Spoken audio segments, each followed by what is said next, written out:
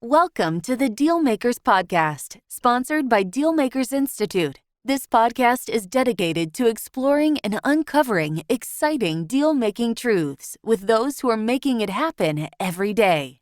You'll discover ways to leverage and profit from every aspect of the deal-making pipeline, from acquisition to exit. And now, the founder of Ribbon Equity and one of the leaders at Dealmakers Institute, your host, Bentley Jean. Hi, welcome to another episode of the Deal Makers Podcast. I'm your host, Bentley Jean, and today we have Jake joining us from Bright. Jake, how are you? Doing well, Bentley. Thanks for having me. Thanks for being here. And for our audience that may not be familiar with you or Bright, can you give us an overview of who you are and the company you're representing today? Yeah, I'd be happy to. So thanks again for having me. Again, my name's Jake Hartigan with Bright Funding.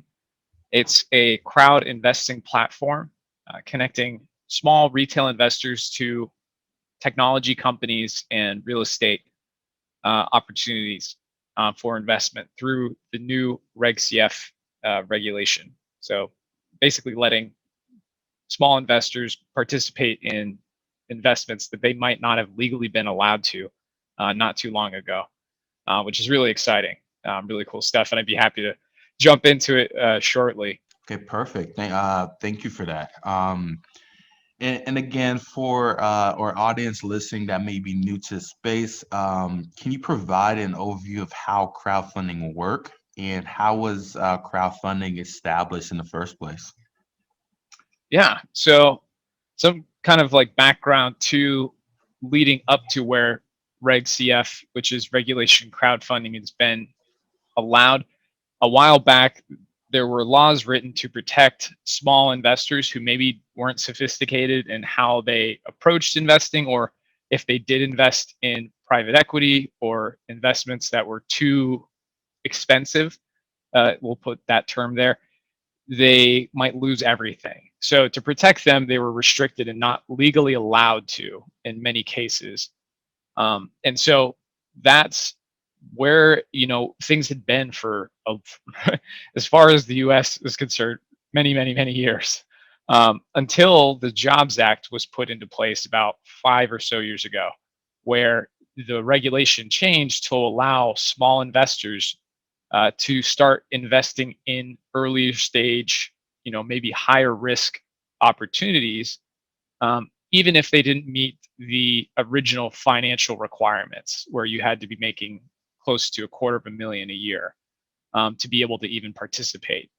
And so this basically opened the doors up to at least the limit of $1 million investment opportunity. So a good example would be buying $1 million house.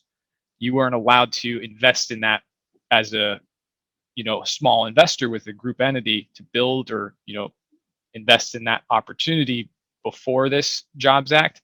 Now, even if you didn't make that minimum financial requirement, you could participate. And there's a whole bunch of other benefits that were kind of brought along with it. Yeah, absolutely. I think there's a lot of activity and interest in this space, and especially within the last couple months where there's Yep. the cap was recently raised to 5 million. So giving all the activity, all the space, one has to ask the question, is it justifiable? Is the hype real? What would you have to say about that? Yeah. So a little bit about my own perspective. I got into this space not long after the Bitcoin had hit its first mega peak. And it was a whole environment of technology and democratization hype. This is not the same. So that was a big difference in why I ended up wanting to enter this space, is that it is very much not a hype process. It's a very controlled, regulated process.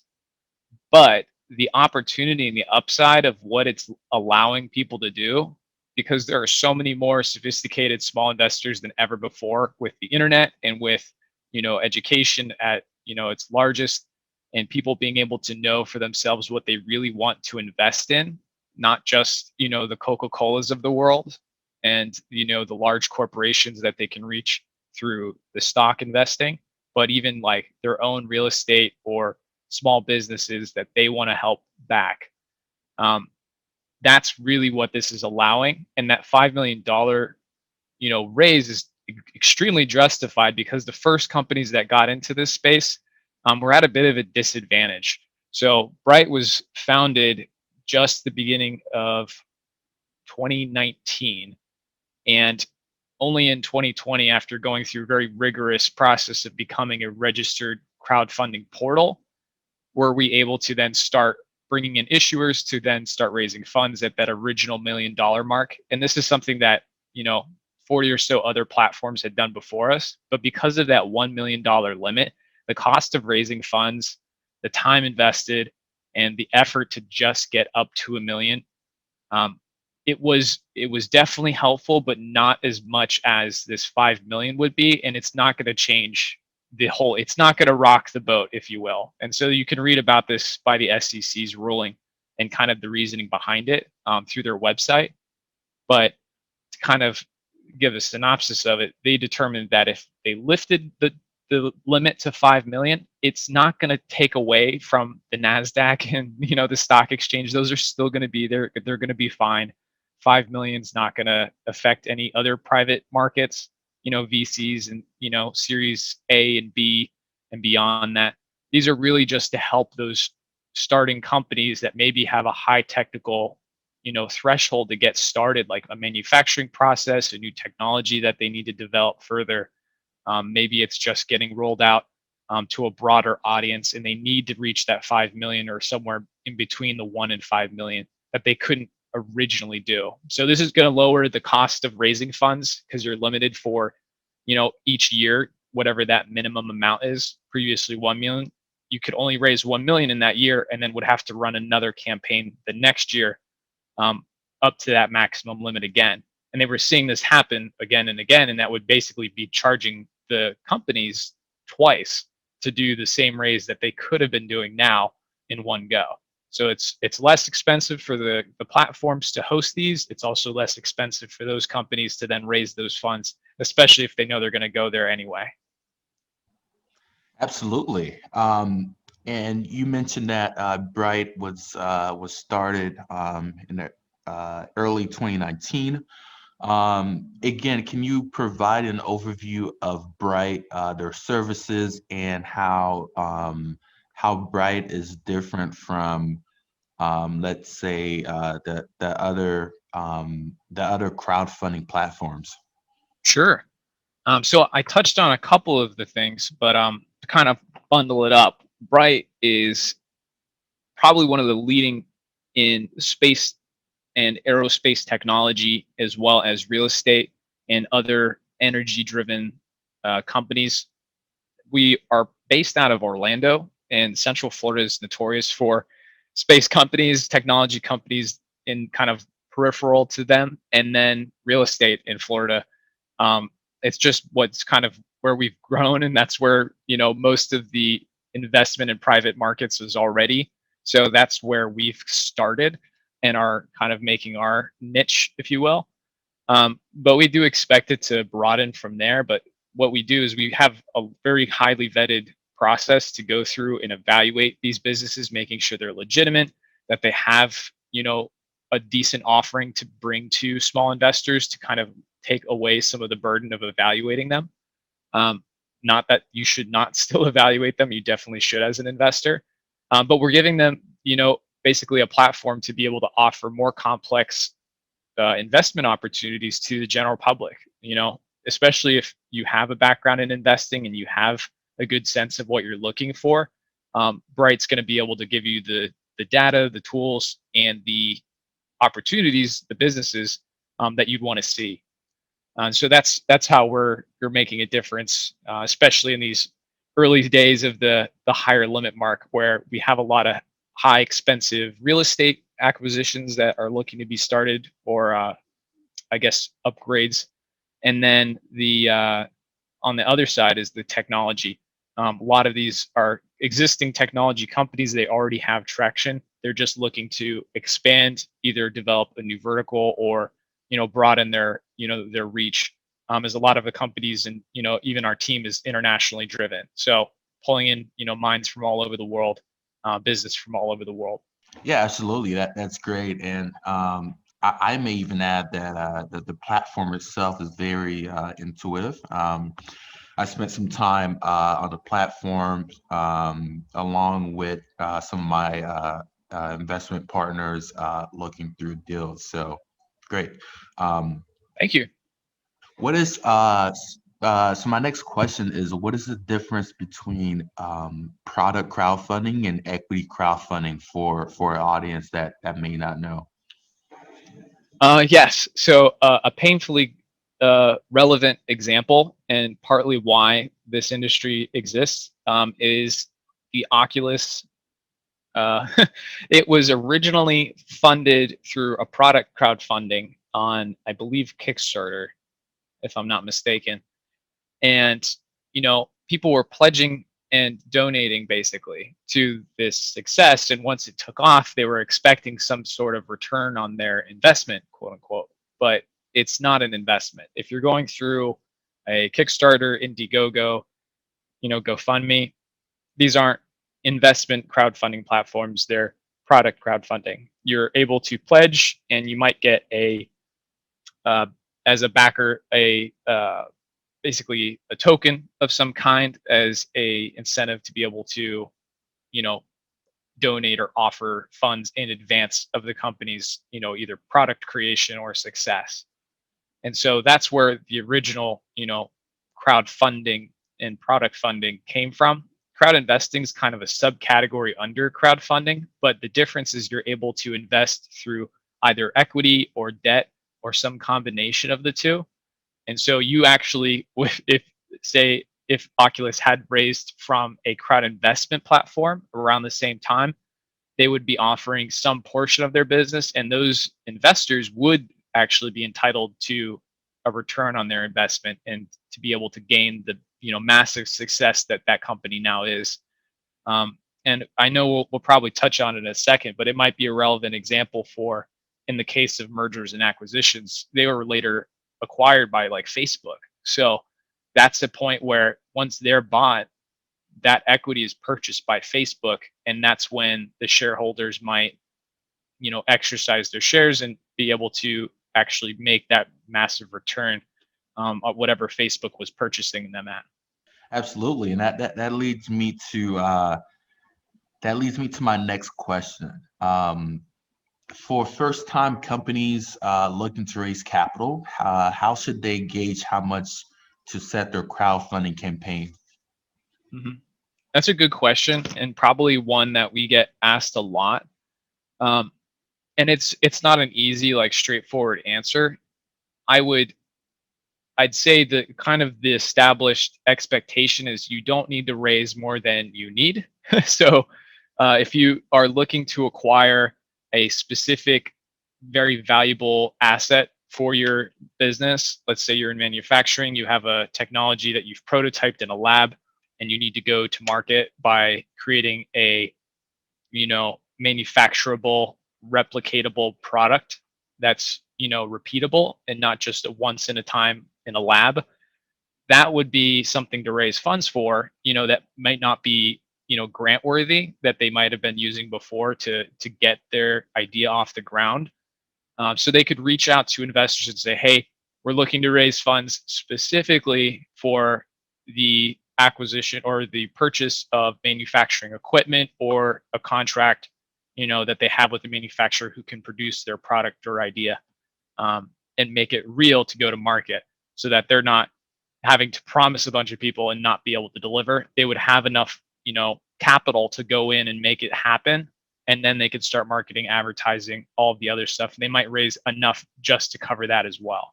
And so then there's two reasons you'd want to do that. you don't necessarily want to raise more than you need, because you don't need just cash flying around everywhere. That's nice and it's probably safe, but you want to stay lean and you don't want to give up more equity than, if you're a founder, than what you want to keep.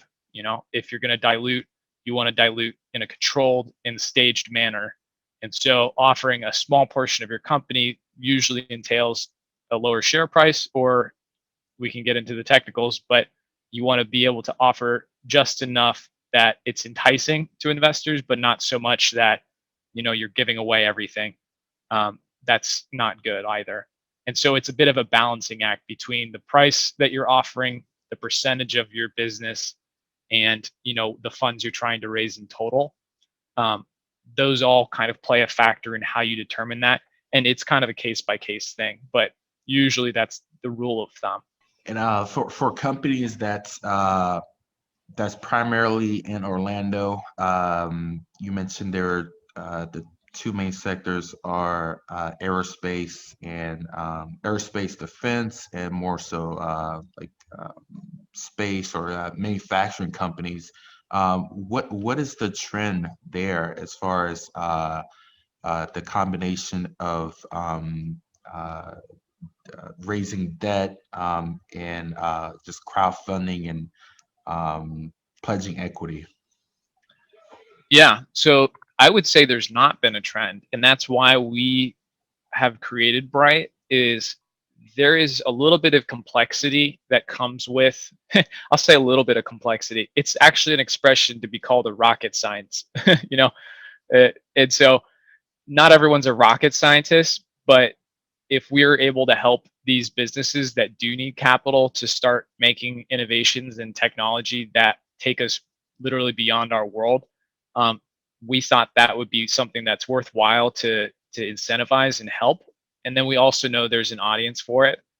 We have two investors who we brought on that actually run the Space Channel out of California, and they're part of that campaign to basically help innovation and technology in this sector. And it's really surprising how broad it reaches. If you ask anyone who was growing up during the space race, they could list off all these different products or technologies they would have never thought could exist, but came out of NASA's development and innovation. Now, if you could, you might lose count of the number of space technology companies that exist. And that's something that's becoming more and more normalized, and the economy that will develop based on just space is astronomical. And so it's something that we see on the horizon, and that's kind of where we got our name, is Bright, towards a brighter future. And that's generally how we're approaching the crowd investing space, taking these very complex, very innovative, very helpful products and being able to bring them to an audience that understands and gets behind the potential success and the betterment of the world by these technologies existing, not just real estate, but this more high-end technology side. Yeah, absolutely, absolutely. And I wanted to shift gears a little bit. As you know, a lot of our viewers are in the mergers and acquisition space. Are they so a few questions in regards to that. We've been getting a lot of questions, and of course, we wanted to ask you about. So, are there any restrictions on how the proceeds of the raise can be used? For example, let's say a company in your space, so aerospace and defense company, they're looking to raise capital to actually acquire. Maybe they have a certain part that they need, and it's actually cheaper to acquire a parts company versus making it in-house. So, are there any restrictions on how the proceeds can be used? So I talked to some of our team members. I'm not 100% sure, but from my general understanding, if you're raising capital and you offer equity or debt in your business to investors, you're going to have to explain, one, what you're going to use the funds for. So you have to do that. You have to say what it's for. As far as what you do with it, as long as it's legal within the general, you know, ruling, as far as the, you know, financial regulations and business regulations, that's fine. But you do have to disclose that.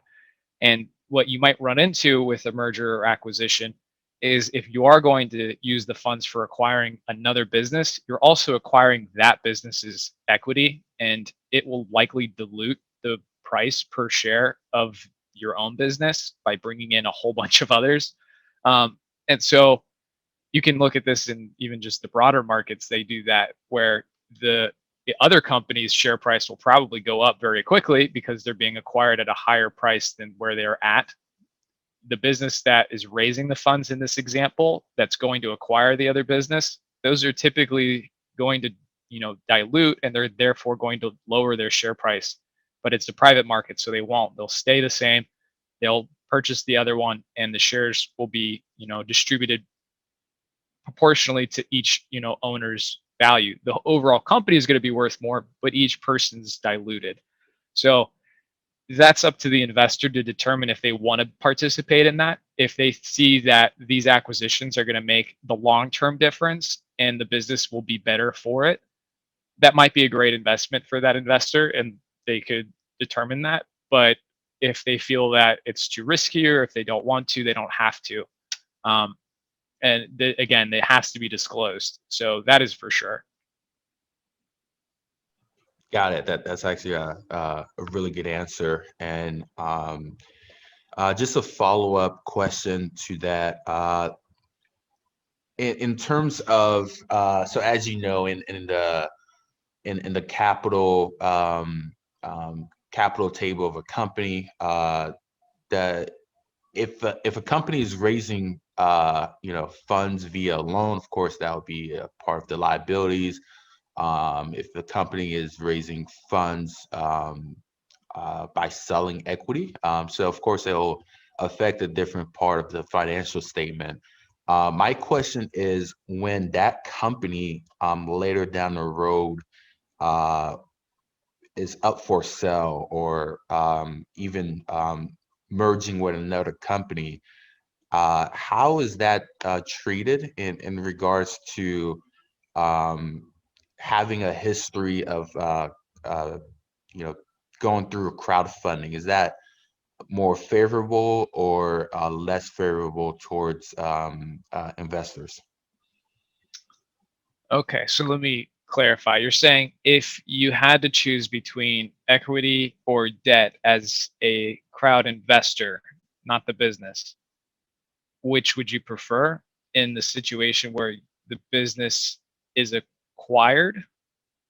I'm a little confused. Yes. So yeah, exactly that. Okay. So, I mean, in any instance, debt's going to get paid first. If the company is, you know, defaulting and they go bankrupt, if you own debt in that business, you get paid first. Then the private stock owners, or preferred stock, sorry, and then common stock. Those are all disclosed in the agreement. And so what's not uncommon is for investors, or sorry, issuers of these offerings on the platforms might offer a convertible note where it's initially debt, and then on another round of fundraising, that price will be matched to whatever the next price is, and it'll be offered to the original owner of that note. If they don't go and raise more funds, if they flounder and don't succeed, it's still a note, it's still debt, and so they'll be paid with whatever's left to kind of recoup that. This was standardized, I believe, out of Silicon Valley, and so that's still being refined as far as a contract goes. They're called smart contracts, convertible notes, similar names. That's typically what's preferred, especially in early seed stage companies that maybe are kind of 50-50, you know, where are they going? If they already have some traction and they're looking to just offer a small portion of equity rather than taking on more debt, because let's say right now there's a large amount of uncertainty in the economy, and so they might you might be willing to give up some of their equity for it, and that would be less risky, as you put it, than like taking on additional debt. So I mean, all these things come into play when there's an issue being offered, um, and that's kind of what's exciting about it is you actually get to be at the table, and there is discussion on our platform and on other platforms and in even forums beyond that, about how to evaluate these things. And it's a dynamic process. There's a lot that goes into it. A lot of it's, traditional investing, financial calculations, but, these are startups. There's a lot of risk reward balance and diversification, matched with, the opportunity. And a lot of it also comes down to just what people believe in. If they see something that is going to make a difference, it's worth taking, the investment as equity, debt, whatever it is. It's just better than maybe donating in their eyes. So it's not a great answer for you. There's a lot of ways to let the cookie crumble, but like it's a fun and dynamic process, and takes a lot of evaluation and consideration to do it. Yeah, absolutely. We think this space is very exciting. There's a lot of opportunities in this space. With that being said, can you provide us an overview of just general benefits or drawbacks with both um, raising with both crowdfunding to raise debt and crowdfunding to sell off some equity? What are some of the risks involved? Um, kind of both on the issuer side as well as an investor. Sure, I think there's a ton of upsides, but I'm biased, so I'll try my best to give both sides of it. Starting with some of the challenges, right? The difficulty of going through a crowd investment platform as opposed to traditional bank or angel investors or venture capital. Um, you have a lot of options.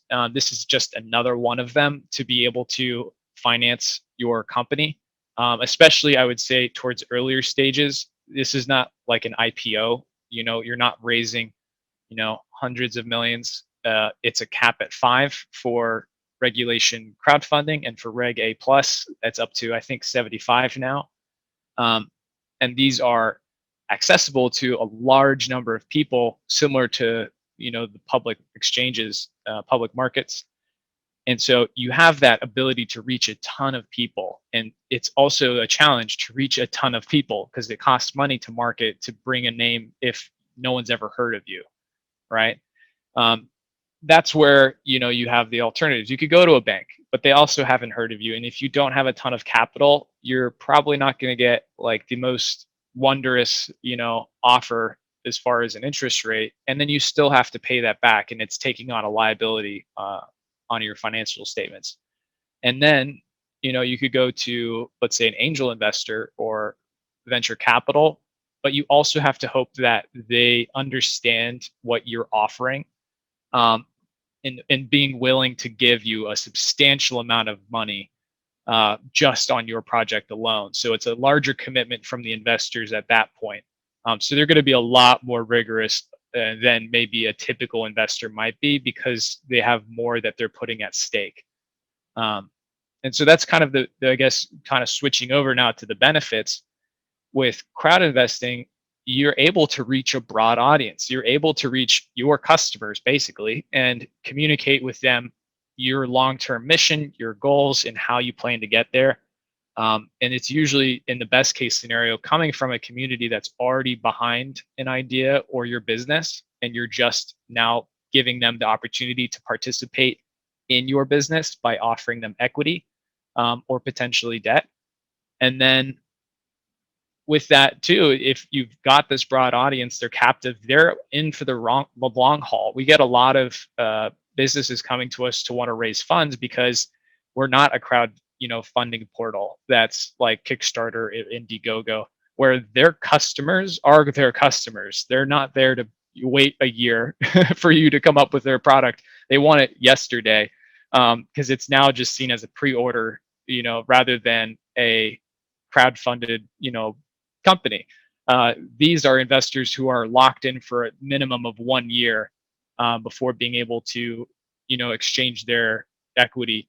Um, and so they get it. They're there because they see it as a long-term investment and not something where they're going to be, constantly messaging you through your portal, or, you know, talking about you as if they're writing reviews on your product before it's ever gone to market. That we've heard from other, issuers who came from other platforms that are not crowd investment portals. So you have a lot of more of this discourse, a lot more of this audience, and you're able to raise now a substantial amount of funds without taking on debt. You can take on debt if you want to do like a convertible note, which is very common. It's not typical, though, that you would just go the debt route. These are people who want to participate in the business in the long haul and are willing to evaluate it and commit, a small portion of what they might own, but, combined together make a substantial amount. It's a great answer. Great answer. And that leads me to uh, um, my question. So my question is in regards to the the different space that we're both in, but I think it ties up really well. So we typically, and I say we meaning just either private equity or business buyers as a whole. Um, we typically invest in companies that do have attraction uh, and typically are profitable, with a couple years of operating history. So for an investor in my space that wants to take advantage of these great new companies, do you typically see companies that are already profitable? I know you mentioned aerospace and defense. Most of the time they are, and they're looking to either raise money for a new project or, yeah, basically a new project for the most part. On your platform, what can we uh, expect to see in terms of a mixture of brand new startups or companies that are already profitable and they're raising capital? So there will be a mix of it. If they have not had a year of financials to show, we will not, just putting it out there, we are probably not going to accept them. Um, and even if it's just expenses that they've put into it, that might be better than nothing. They have to have been around for at least some substantial amount of time developing, prototyping, creating something of value. Um, if it doesn't appear to be, like in traction yet, like we might suggest, hey, try to make your first sale, even if it's just one, to be able to kind of validate your, designs. But some of these technologies are just, they're so complex and so valuable at a broad scale, but not something that you could easily just turn around and deliver. That they have, maybe millions of dollars already invested and already, created for a product that will only be valuable, at like 100 million.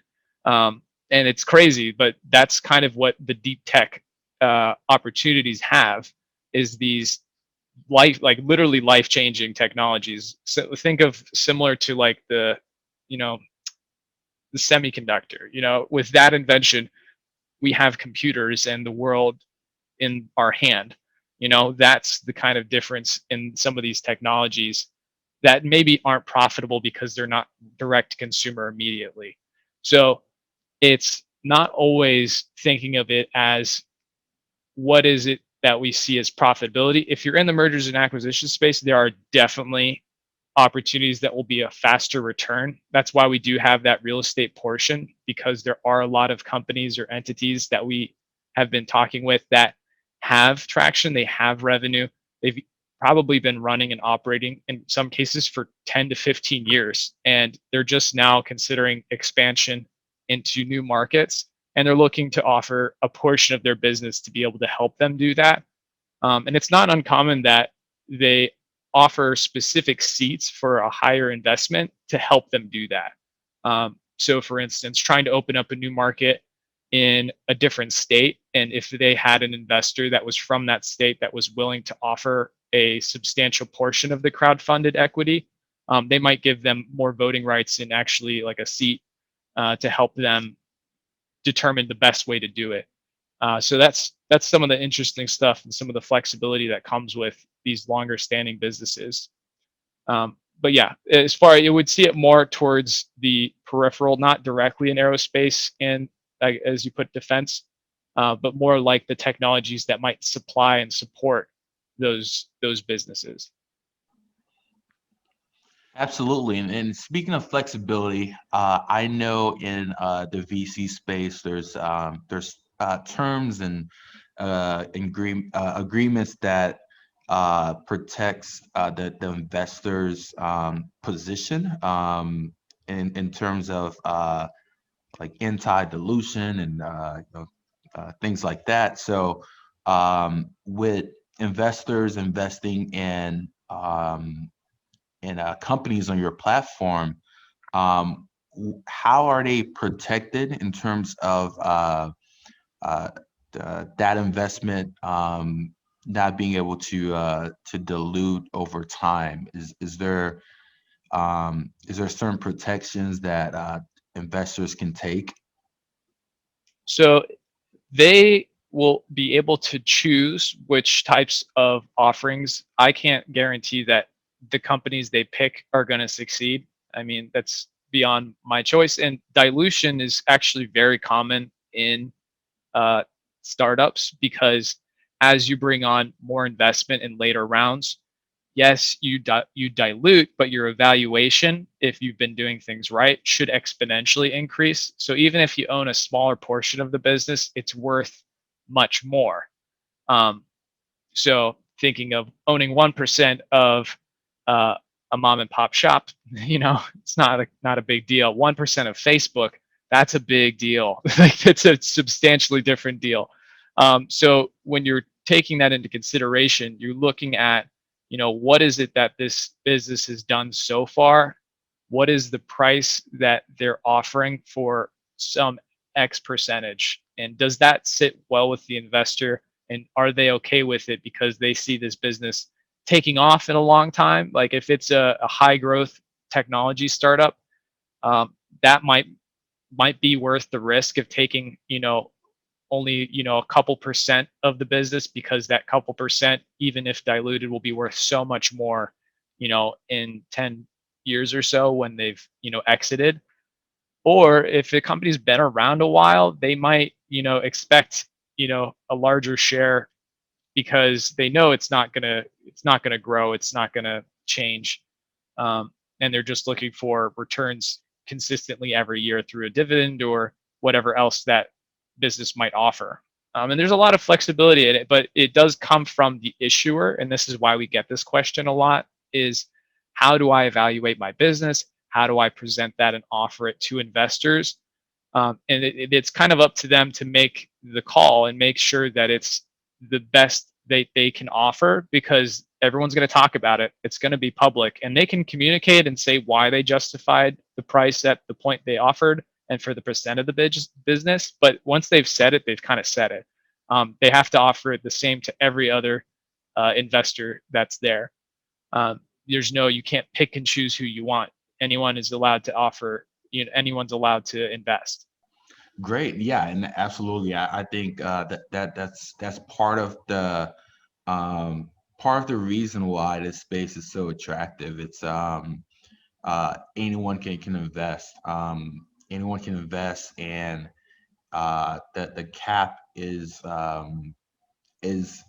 we know, it's at 5 million. So the room to grow is definitely there, and we're just really excited to see what the space has to offer in the long term. And just as a closing question here, what are your outlook and view of this space? And can you provide us what you expect, given that we're in a um, interesting time, to say the least. What do you expect um, the space to perform in the short run, and then what is your expectation on the long run? Yeah, both are very bright. the The short run is uncertain. It's destabilized. It's fractured in many different segments, and that is usually, at least historically, when opportunities present themselves to the ready and the opportunistic businesses that maybe have a technology, they have a market that they were thinking of going into, and they maybe have started toward it. This is the moment that that preparation and timing equals success. So we're seeing a lot of businesses that are taking off now, and if you look at new businesses created, they're growing. A lot of people who are out of jobs, maybe highly skilled people out of jobs, now might be starting their own businesses, developing these new technologies, getting into businesses that will be the ones that are listing 1 year, 2 years from now. And so I see a lot of potential, and this $5 million mark could not have come at a better time, because it's going to be a potential offer, from maybe existing businesses that are fine. They're probably okay, but like I mentioned earlier, having extra cash in the bank might be something they're thinking about. It might open their doors to this new type of funding, because they're going to get more people on it. They're going to have more uh, basically spread an audience, and then they're also going to have that capital to help maybe weather the storm and maybe even take advantage of it. And yeah, you probably have seen this in your space with acquisitions. um, I know a lot of, at least when I was not long ago doing sales and working with last year, businesses that were they had been around forever, and got hit a little hard, a little harder, and they were already thinking of retiring. That business has now been sold off to a larger entity, and been absorbed. So I think a lot of this is going to be moving about. It's not going to be people sitting in their lane doing their thing. It's a lot of uncertainty, which is going to breed a lot of creativity, a lot of new ideas. So I'm optimistic. I mean, it's definitely a hard time in life for everyone, and especially our nation. But I think we're headed to a brighter future for sure. Awesome. Well, Jake, it was definitely a pleasure having you on the show. Thank you for the wealth of information you provided. And with our audience, given that they may have additional questions, where can they best reach you? Yeah, I mean, they should definitely check out bright.us, our website, to take a look at the platform. For discourse, we are on Twitter, press.bright, and then LinkedIn. I mean, we're on there all the time, just posting and chatting. You're welcome to check out Bright Investments. We're out of Orlando. You can see us there. Can't miss us. There's a bunch of bright companies out there, but we're probably the brightest, in my opinion.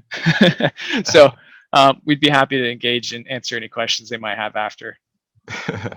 Absolutely. Well, again, thank you, Jake. And I'm sure our audience got a lot of information from this episode. And I really appreciate the conversation as well. Take care. Yeah, thank you, Bentley. Really do appreciate being here. Thanks. You too. Thank you for listening to the Dealmakers Podcast. We hope you enjoyed diving deeper into our guest story and insights on deal making with our host, Bentley John. Right now, there is a tremendous opportunity in the mergers and acquisition space for small and medium-sized enterprises, as it is estimated that in the next 20 years, over $10 trillion will be transferred or lost. To learn more on how to capitalize on this opportunity, visit dealmakersinstitute.com or maspecialist.com.